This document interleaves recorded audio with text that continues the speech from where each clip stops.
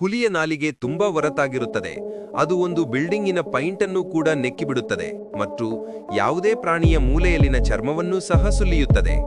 ಭಾರತದ ಇತಿಹಾಸದಲ್ಲೇ ನಾಯಕ ನಟನಾಗಿ ಹಿನ್ನೆಲೆ ಗಾಯನಕ್ಕೆ ರಾಷ್ಟ್ರ ಪ್ರಶಸ್ತಿ ಪಡೆದವರು ನಮ್ಮ ಕನ್ನಡದ ನಟ ಸಾರ್ವಭೌಮ ಡಾಕ್ಟರ್ ರಾಜ್ಕುಮಾರ್. ನಿಜಕ್ಕೂ ಇವರು ಗ್ರೇಟ್ ಅಲ್ವಾ? ಛತ್ರಪತಿ ಶಿವಾಜಿ ಮಹಾರಾಜರನ್ನು ಭಾರತೀಯ ನೌಕಾಪಡೆಯ ಪಿತಾಮಹ ಎಂದು ಕರೆಯುತ್ತಾರೆ. ಈ ಮರದ ಹೆಸರು ಡ್ರ್ಯಾಗನ್ ಬ್ಲಡ್ ಟ್ರೀ. ಈ ಮರವನ್ನು ಕತ್ತರಿಸಿದಾಗ ಮನುಷ್ಯನಿಗೆ ಹೇಗೆ ರಕ್ತ ಬರುತ್ತದೆಯೋ ಅದೇ ರೀತಿ ಈ ಮರದಲ್ಲಿ ರಕ್ತದ ಬಣ್ಣವಿರುವ ರಸವೊಂದು ಬರುತ್ತದೆ.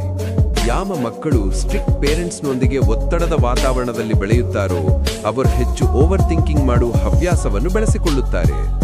ಓಡುವಾಗ ನೀವು ಹಾಕುವ ಒಂದೊಂದು ಹೆಜ್ಜೆಯೂ ಸಹ ದೇಹದ 200 ವಿಧದ ಮಾಂಸಖಂಡಗಳನ್ನು ಬಳಸುತ್ತವೆ. ಭಾರತದ ಒಬ್ಬ ರತ್ನ ವ್ಯಾಪಾರಿ ಒಂದು ಉಂಗುರದಲ್ಲಿ 7801 ಡೈಮಂಡ್ಗಳನ್ನು ಜೋಡಿಸಿ ವಿಶ್ವ ದಾಖಲೆಯನ್ನು ಸೃಷ್ಟಿಸಿದ್ದಾರೆ. 1918ರಲ್ಲಿ ಸ್ಪ್ಯಾನಿಷ್ ಫ್ಲೂ ರೋಗದ ಕಾರಣ ಜಾರ್ಜಿಯಾ ದೇಶದ ಜನರು ಮಾಸ್ಕ್ ಧರಿಸಿ ಫುಟ್ಬಾಲ್ ನೋಡುತ್ತಿರುವ ದೃಶ್ಯ. ಬಾಳೆಹಣ್ಣಿನ ಮೇಲೆ ದಾರದ ತುಂಡುಗಳನ್ನು ಫ್ಲೋಯಂ ಬಂಡಲ್ಸ್ ಎಂದು ಕರೆಯಲಾಗುತ್ತದೆ. 1989ರಲ್ಲಿ ಡಾಕ್ಟರ್ ಆಲನ್ ಫ್ರಾನ್ಸಿಸ್ ಅವರ everything men know about women ಎಂಬ ಪುಸ್ತಕ 128 ಸಂಪೂರ್ಣ ಖಾಲಿ ಪುಟಗಳನ್ನು ಒಳಗೊಂಡಿದೆ.